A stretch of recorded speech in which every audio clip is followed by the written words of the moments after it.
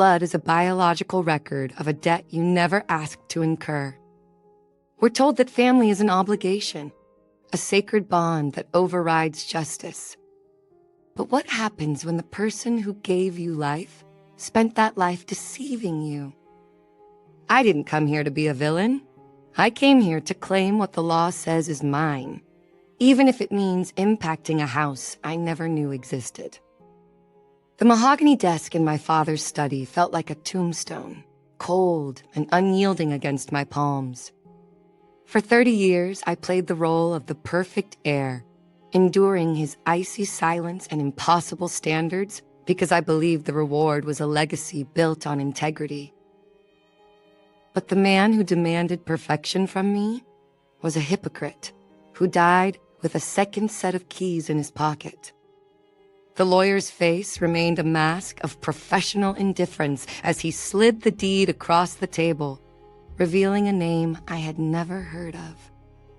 I drove through the city's outskirts, the sleek lines of my European sedan looking like an alien craft in this neighborhood of peeling paint and overgrown lawns. Every pothole I hit felt like a personal insult, a reminder of the wealth my father had siphoned away from my mother and me to fund this shadow life. I gripped the steering wheel until my knuckles turned white, staring at the modest bungalow at the end of the street. This was the fortress where my inheritance was being held hostage by a woman who didn't even share our last name. The woman who opened the door didn't look like a homewrecker. She looked tired, her eyes rimmed with a grief that felt far more authentic than the staged mourning at my father's cathedral funeral. She wore a faded apron and held a dish towel, looking at me with a terrifyingly familiar recognition that made my stomach churn. Behind her, a young boy peered out, his eyes reflecting the exact same shade of amber that I see in the mirror every morning. The silence between us was a physical weight, thick with the scent of cheap floor wax and the ghost of a man who lived a double life. "You must be David," she said. Her voice, devoid of the trembling I expected from a woman about to lose everything. She didn't invite me in, but she stepped back as if she already knew the law was on my side and the locks were irrelevant. I stepped into the cramped hallway, my expensive shoes clicking loudly on the worn linoleum floor.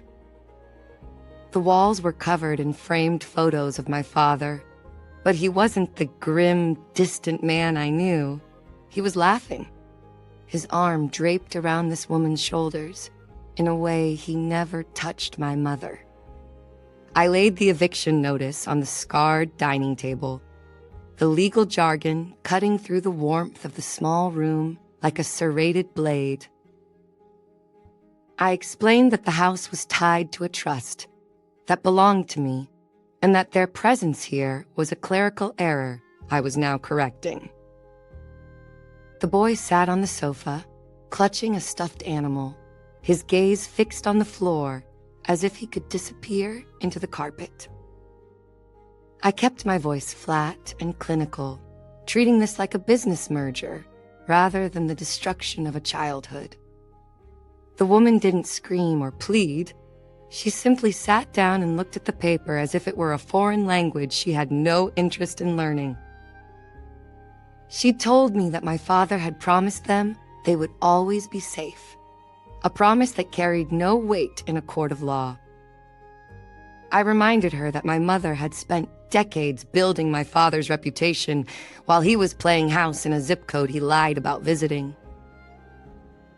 My justice was a mathematical equation, and she was the remainder that needed to be cleared. We were in a difficult standstill, a quiet moment that felt heavy, like the air itself was holding its breath. I started listing the things they had taken over the years. The funds meant for education, for housing, for trips, little pieces of hope and planning, all paid for by the profits from a business I had worked so very hard for. She looked at me then. Her face shifted slowly from sadness into something colder, a kind of understanding that didn't feel gentle at all. "You have the money," she said softly, almost like a whisper carried on a chilly breeze. "But you are the only one here without a father." In a warm, gentle hush like a story, shared beside a glowing lantern, I'd say, the boy walked over and handed me a glass of water, his small hands shaking slightly as he looked into my eyes with a plea I refused to acknowledge. I saw my father's chin, his brow, and his quiet intensity staring back at me from a face that shouldn't exist. This child was the living evidence of a betrayal that went deeper than bank accounts or real estate. I took the glass but didn't drink, the water feeling as bitter as the truth that was beginning to seep through the cracks of my resolve. I stood up to leave, the paperwork still sitting on the table like a loaded gun. I told her they had 30 days to vacate before the sheriffs arrived to enforce the order, my heart hammering against my ribs with a hollow, frantic rhythm. As I walked toward the door, the woman called out my father's nickname for me, a name he hadn't used since I was 5 years old. It was a secret weapon, a piece of my own history that she possessed and I had lost. Back in my car, the quiet felt overwhelming as I watched them through the window. They were not packing. They were sitting together, the boy resting his head against her shoulder in a display of simple affection I could not recall experiencing.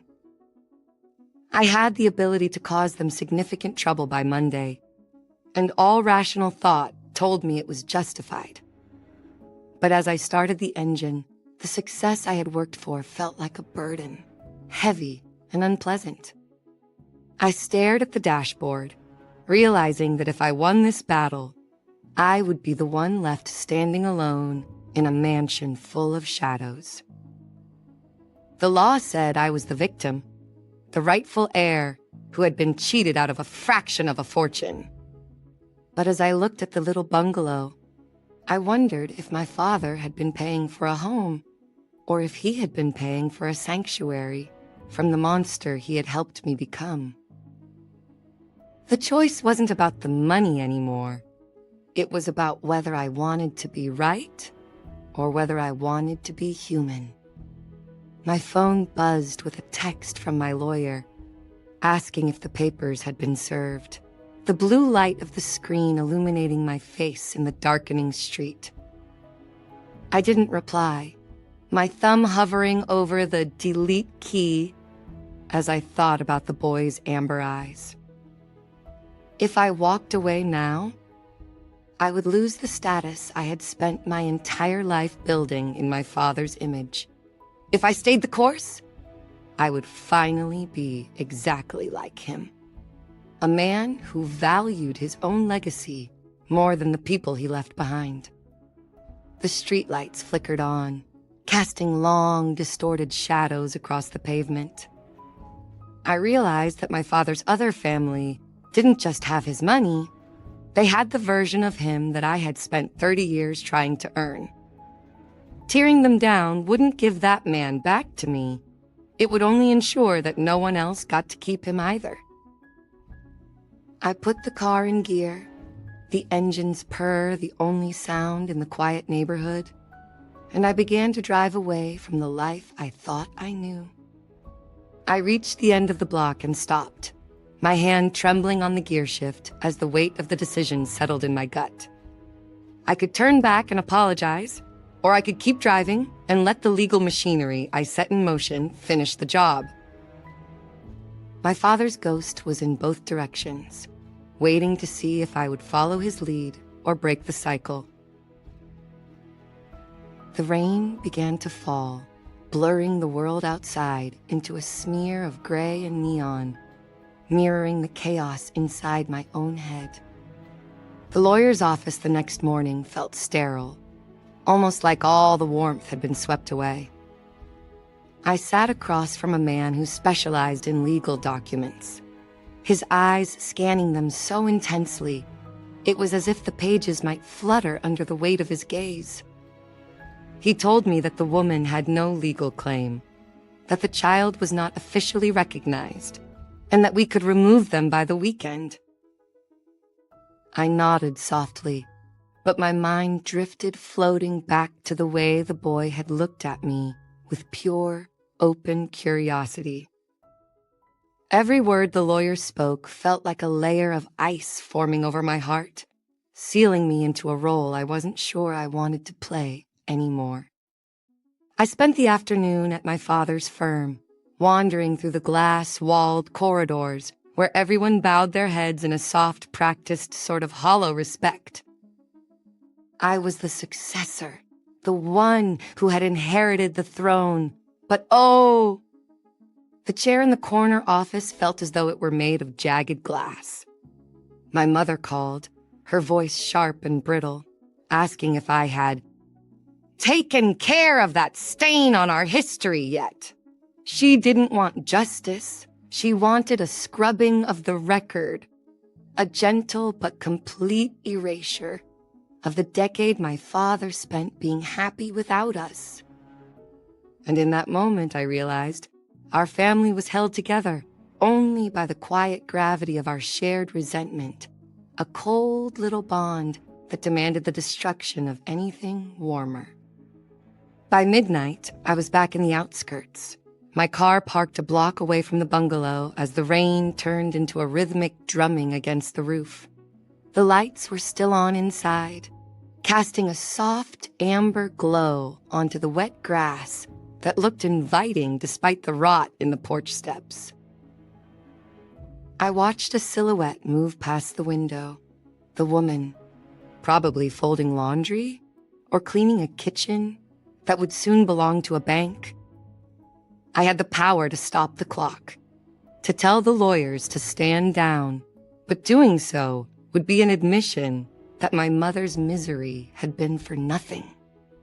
I was caught between two mothers, one who gave me everything and loved nothing, and one who had nothing and loved the man who lied to us both. I stepped out of the car, the cold rain soaking through my suit jacket in seconds, and walked toward the house with the heavy tread of a man headed to a duel. I didn't knock this time. I waited until she saw me through the glass of the front door, her expression shifting from alarm to a weary, resigned acceptance. When she let me in, the house felt different. The air was thick with the scent of cinnamon and old books, a domestic warmth that felt like a physical assault on my senses. She didn't ask why I was back. She simply pointed to a chair and went to get a towel, treating the man trying to ruin her like a stray dog caught in a storm. She said softly, handing me the towel as she sat across from me in the cramped living room. She spoke about my father's pride in my accomplishments, how he would keep clippings of my business deals in a drawer he thought she didn't know about. It was a significant revelation. He had been watching me from the sidelines of a life he preferred, cheering for a son he couldn't bear to face. I felt a surge of strong emotion so hot, it made my vision blur, realizing he had turned my life into a spectator sport while he lived the actual game with them. He had used her for comfort, and me for a legacy, keeping us in separate boxes, so he never had to deal with the mess of the truth. She showed me a box of letters, my father's handwriting sprawling across pages of cheap notebook paper, detailing his guilt and his cowardice. He wrote about the ice palace he had built with my mother, and how he felt he was suffocating under the weight of a life he never chose. In these letters, I wasn't David the heir. I was the boy who stopped smiling, a description that cut through 30 years of armor like a hot wire. I realized my father hadn't stayed with us because he loved us. He stayed because he was too afraid to lose the status that I was now using to destroy the only people he actually cared about. The boy Leo came out of his room, rubbing his eyes and looking at me with that same haunting familiarity. He asked if I was the big brother his dad had told him about, a question that hung in the air like a death sentence. I looked at the woman, and she didn't look away. She let the silence stretch, forcing me to own the answer. If I said yes, I was acknowledging a bond that would cost me millions. If I said no, I was a liar, just like the man we both lost. I looked at the boy's small, hopeful face and felt the last pillars of my righteous anger begin to crumble into the dust of the linoleum floor. "I'm David," I said, my voice cracking in a way that would have horrified my mother. I didn't give him the title he wanted, but I didn't deny it either, a half-truth that felt more honest than anything I'd said in a boardroom. He sat down next to me and showed me a drawing of a boat, explaining that his dad had promised to take him to the ocean one day. My father had promised me the same thing 20 years ago and never followed through, but here was the evidence that he had kept the dream alive for someone else. I realized I wasn't just suing for a house. I was suing for the childhood I was denied, and no amount of real estate could ever pay that debt. The woman, Sarah, told me that they didn't want the inheritance, just the right to stay in the only place Leo had ever known. She offered to sign a waiver for any other part of the estate, a document that would secure my fortune while leaving them with a roof that leaked, and a mortgage I could pay off with a single bonus check. It was a logical, clean solution that would satisfy the lawyers and keep my mother desk clear of scandals. But looking around the room, at the mismatched furniture and the warmth that money couldn't buy, I realized that clean was just another word for empty. If I took the deal, I was just balancing the books on a life that was already bankrupt. I stayed until the sun began to peek through the curtains, the reality of the morning bringing a cold clarity back to the room. I looked at the eviction notice still sitting on the table, the edges curled from the humidity and the weight of the night's revelations. Sarah was asleep in the chair, her hand still resting near the box of letters that contained the only version of my father I ever wanted to meet. I could take those letters and burn them, erasing the proof of his betrayal and my own softening, or I could carry the weight of them into the light. I reached for the paperwork, my hand hovering over the legal threats I had spent weeks perfecting. The drive back to the city felt like a descent from a high mountain into a valley of shadows and noise, a soft slip from something bright into something a little colder. My phone was blowing up with messages from the trust's board members, each one a tap on the shoulder, reminding me of the quarterly meeting where I was expected to present a plan for the distressed assets. I caught my reflection in the rearview mirror, the sharp jaw, the cold eyes, the expensive haircut, and for a moment it felt like looking at a stranger. I was a product of a factory that valued profit over pulse, and I was about to walk into a room full of people who expected me to be a machine.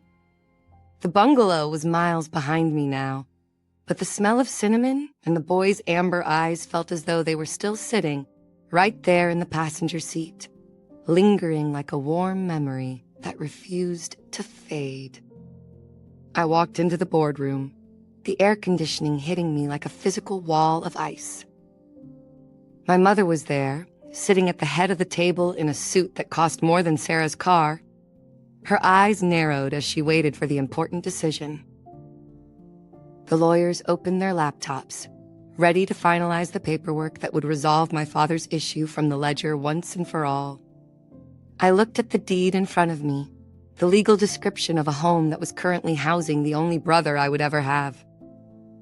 The room went silent as they waited for me to sign the final authorization for the sale. "There's been a change in strategy," I said, my voice echoing in the hollow silence of the room. My mother's eyebrows shot up, a flicker of genuine surprise breaking through her Botoxed mask of indifference. I explained that the property wasn't an asset to be liquidated, but a liability that required a private settlement to avoid a public PR disaster. It was a lie, a corporate mask for a human decision, but it was the only language they understood. I watched the lawyers exchange glances, their calculations shifting as they tried to find the profit in my hesitation. My mother stood up, her voice a low hiss that vibrated with decades of suppressed feelings. She asked me if I was really going to let that woman win, her finger pointing at the deed as if it were a small bug. I looked her in the eye and saw the woman who had raised me to be strong, a person who would rather see a house empty than see someone else happy inside it. I realized that my loyalty to her was a cage, and the only way out was to become the villain in her story, so I could finally be the hero in my own. I picked up the pen, but I didn't sign the sale order. I signed the transfer of title. I handed the paper to the lead attorney and told him the case was closed. The property was to be gifted in its entirety to the current occupants, effective immediately. The room erupted in a cacophony of legal objections and maternal outrage, but I didn't stay to hear the end of the sentence. I walked out of the glass tower and into the crowded street, the noise of the city feeling like a symphony for the first time in my life. I had lost the status. I had lost the approval of the only parent I had left, and I had likely lost my seat at the head of the table. But as I hailed a cab, I felt a lightness in my chest that no inheritance could ever buy. The drive back to the bungalow felt like a journey through a different time, one where the stakes weren't measured in numbers but in moments. I walked up the worn driveway with the ownership papers in my hand, no longer a property owner or a finalizer, but a person bringing good news. Sarah met me at the door, her eyes searching mine for the usual seriousness, only to find a quiet calm that seemed to surprise her. I placed the document in her hand, the ink still fresh, and told her the house was hers, completely, legally, and forever. She didn't cheer, she simply leaned against the doorframe, the air leaving her in a long, quiet sigh that sounded like years of worry finally easing. "Why?" she whispered, clutching the paper to her chest as if I might reach out and snatch it back. I looked past her at the boy, who was playing with a set of wooden blocks on the floor, oblivious to the fact that his world had just been saved by a man he barely knew. I told her that I wasn't doing it for her, or even for my father's memory, but because I refused to be the last casualty of a war I never declared. I was tired of being a ghost in a suit, guarding a treasury of bitterness that bought me nothing but a lonely view from a high floor. I had traded a piece of my inheritance for the right to sleep at night, and for the first time in 30 years, the math actually made sense. I spent the next hour helping her understand the paperwork, explaining the trust I'd set up to cover the taxes and the boy's future education.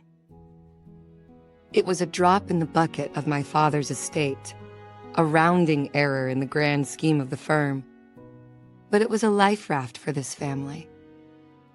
Sarah watched me with a quiet intensity, as if she were trying to see the man my father had described in his letters beneath the hard shell of the executive. She offered me a cup of coffee, and as we sat at the small table, the silence wasn't heavy anymore. It was a bridge. We talked about the man we both knew, the one who loved the sound of rain, and the one who was too weak to ever be whole. The sun began to set, casting long golden fingers across the kitchen, illuminating the dust motes dancing in the air. I realized that my mother would likely never speak to me again, that the board would move to replace me, and that my social circle would view this as a mental breakdown. To the world I came from, I had committed the ultimate sin. I had chosen empathy over equity. But as Leo came over and leaned against my knee, showing me a tower he had built, The prestige I had lost felt as flimsy as the blocks in his hand.